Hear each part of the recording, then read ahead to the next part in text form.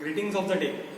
I am Lakshman Jajodia, Assistant Professor, Department of Advanced Management Studies, GS College of Commerce, Wardha. Up till now, we have studied about definition, advantages, disadvantages, objectives of job evaluation. In the second, we have discussed about principles, procedure, and in short, what are the techniques of job evaluation. In this session, we will discuss about that same techniques or methods of job evaluation. In the last session, we have said that we can classify job evaluation into majorly two categories, that is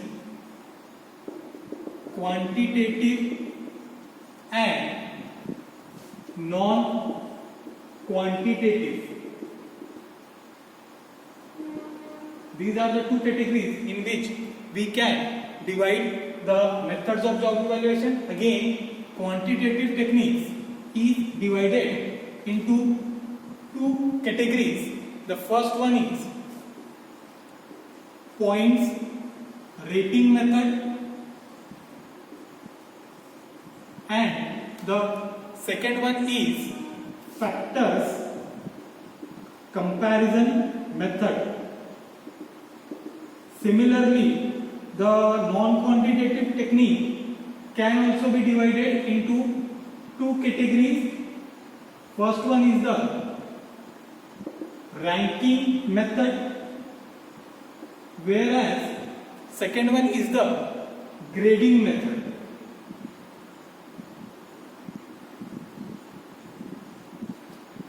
Grading method. In this lecture, we will discuss about all these methods of job evaluation. We will first start with the non-quantitative technique, that is first one, ranking method. Ranking method is again sub-classified into four types. First one is simple ranking. First one is simple ranking. Second one is ranking key jobs. Third one is paired comparison, and the last one is single factor ranking. Single factor ranking. We will start with the simple ranking method. In the simple ranking method, it is been that evaluator compares one job with all other jobs available in the organization on the basis of duties, responsibilities, and demands made by that particular job. He or she, that is the evaluator, ranks all the jobs from the most important one on the top and the least important one on the bottom. It is the simplest, easiest, and most widely used method in various organizations. Coming to the second one, ranking key jobs. It is quite difficult for the organization to rank all the jobs on the basis of the criteria which we mentioned in the simple ranking method. Due to that, and due to minimize this problem, ranking key jobs method came into existence. In this method, evaluator identifies representative key jobs in the first stage. In the second stage, ranks these jobs, and in the third stage, identify and ranks all other jobs in the organization. It means that in ranking key jobs method, there are overall three stages. First one, key jobs identification. Second one, ranking key jobs. And third one, to rank all other jobs in the organization. Third method is the paired comparison method. As the name suggests, it is being paired with something. This method came into existence because of the drawbacks or limitations of these two methods. The problem was that we cannot have every time the possibility of comparing every job with in the organization, as every time we are not having that facility, or we cannot compare each and every job. That is why in this stage, evaluator ranks each job in turn against all other jobs to be appraised, so that series of paired comparison or series of ranking are available. Once this ranking is available, we can rank all other jobs. This method is more logical, reliable, and comprehensive than the earlier two methods. And the last one for the Ranking one is a single factor ranking method. This method was originally initiated and suggested by Goldenberg. In this method, it is discretionary contents present in the each job related to other job are considered as single factor, and single most important task to be performed is identified for a particular job, and that is compared with the single most important factor or single most important task to be performed with other jobs. This means that in this your key work or your key task is compared of one job with all other jobs which are available in the organization. Once this factor comparison is available, after that job is priced, or else we can say that they have been ranked as per their value. It can be monetary also, and after these monetary values are assigned which can be used for determining or for evaluating the particular job. When we talk about ranking method, there are some advantages. First one can be the simplest and easiest method by which we can quickly determine the evaluation. Second one, it is very less costly as the most of the time your time and efforts are less in this method. Third thing is, it can be suitable for any kind of organization. There is no limitation of the size of the organization, and for the organization which are starting to use evaluation process, it would be a good step ahead. But again, there are certain drawbacks that it does not provide a clear yardstick for measuring the worth of a job. We don't have the clear statistics by which we can say that why we are grading or ranking these jobs like this. Second thing is that this method does not have requirement of job specification and job requirements which are very essential while the evaluation process. And last thing, that it is not that much systematic method as compared to other methods which are we going to discuss now. Then we will move to the second method, that is grading method. It is also known as job classification and grading method.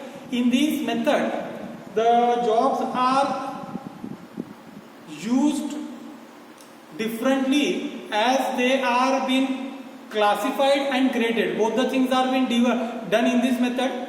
According to this method, grade is a group of different jobs with similar difficulty or having requirement of similar knowledge or skill. It means that a grade can be something which is similar level of difficulty or skill requirement or knowledge requirement for different job, while class is a subdivision of the given occupation. That means that classes and grades are designed for similar jobs and thus receive similar pay. If suppose that two particular jobs are being taken for say senior accountant and junior accountant, both would have similar kind of difficulty, require almost similar knowledge and similar skills. It means that if their classes and grades are equal, the jobs are near about similar, and that is why they would receive similar pay. In these methods, job at different levels in the organizational hierarchy are divided into various grades with the clear definition of each grade, so that the grader would know what the particular job is. Then these grades are formulated on the basis of nature of task, skills required, knowledge required, responsibilities on the shoulder of the particular job holder, and the last one, the authority of the various job. On these basis, grades are formulated in the organization. There are certain advantages of this method also. It is again simple and easy method. Second thing is that it provides opportunity for systematic organization structure, as we have discussed. While grading the organization, while grading the jobs in the organization, we are using certain criteria of skill, knowledge, roles, responsibilities, which can be used for the organizational structure. It is more elaborative as compared to the ranking method, and it pays to the employee according to the after the appropriate comparison and according to the appropriate grades. Next, we should discuss about the limitations also. The very first limitation is, it is very difficult to write the great description of a particular job, because it is quite difficult to know the roles and each and every roles and responsibility of the job. Second, it seems that this method is more or less to be arbitrary, which is again a flaw in the method. Third thing, it fails to establish the relationship between different jobs. Now we will move to the quantitative technique. In the first part, we will discuss about points rating method. This method was introduced by Merrill Lord. In this method, each component of job is assigned a numerical value, that is point. Factors considered are for assigning the values: skill, knowledge, responsibilities, working condition, etc. are selected under this method. Every organization has different set of factors, but these normally routinely factors are taken for consideration. Each factor is divided into degree or level and point value is assigned to them. For example, we can take experience. Suppose that in an organization there are 5 levels of employees having varieties of experience or varied experience. We can say fresher, 0 to 6 months experience, 0 to 1 year experience, 1 to 3 years, 3 to 5 years, and more than 5 years. These are the 5 factors which are divided into degrees or level. Each factor will be assigned some point. As we all know that the fresher would be assigned least point, whereas the person with having 5 years of experience would be assigned more points as compared to the fresher. In this way, the point value is been assigned to the each level. Then the total of the values assigned to each factor gives the total value for each job, which can be then used for the comparison. For example, we have taken 5 criteria for experience, skill, knowledge, responsibility, and working condition. These are the 5 factors. Then again, we can, as we have discussed in the experience criteria, we have different levels. So each level we will first take a particular job, what skills are required, and level of skills. Then knowledge, then responsibility, and likewise for the rest thing. Then the total is carried out, and that final total would tell what the values or what the points they have generated. We can take advantages of the particular method. First one is it cannot be easily manipulated as it depends upon the criteria. Secondly, the point score assignment is accurate and consistent, which cannot be questioned easily. Same pay scale can be arrived for same jobs. We have just discussed in the prior method, senior accountant and junior accountant. Same example, if they have been on the same pay scale, they have arrived at the more or less same job or similar job. Once we have assigned the score or as a point in this particular method, it can be used for longer tenure, and wage differential can be reduced and made systematic in this method. We will discuss now what are the limitations of the method. The very first limitation can be, it is very difficult to determine the factor, what are the qualities which would be required in the particular job. And second difficulty can be, how would we assign the points? That is again a criteria which can be what we can say subjective from person to person. Second thing, it is very difficult to explain the mechanism to the evaluators and have the operation. Third thing, it is costly method. Why it is costly? Because it takes large amount of time of your evaluators or human resource department. Next thing, as I have told earlier, it is a time taking method which automatically makes it costly, as the time loss of human resource department and your employees is engaged here. And for this method, lot of clerical work is required, which again is a drawback of the method. Now we will discuss the last method, that is factor comparison method. It is also known as points factor method.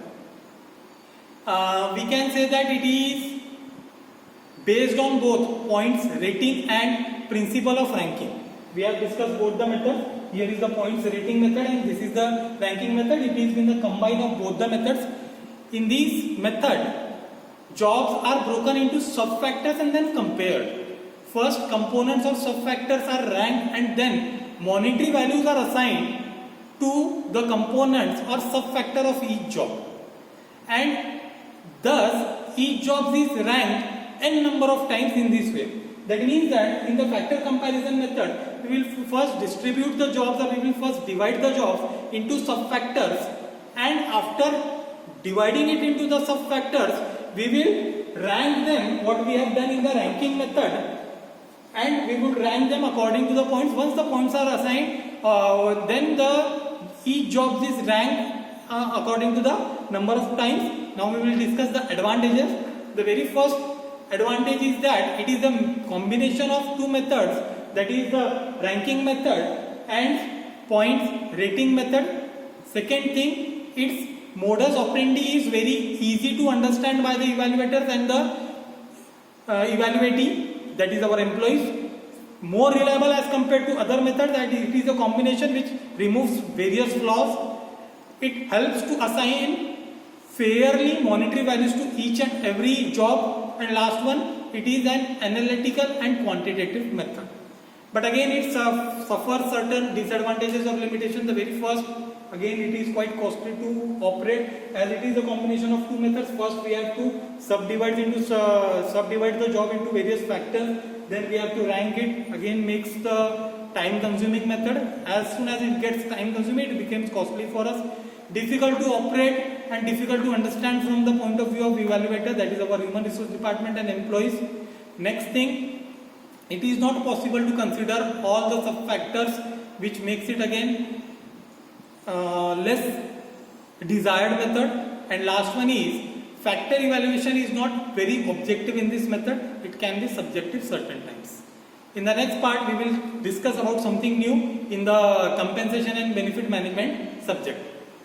Thank you.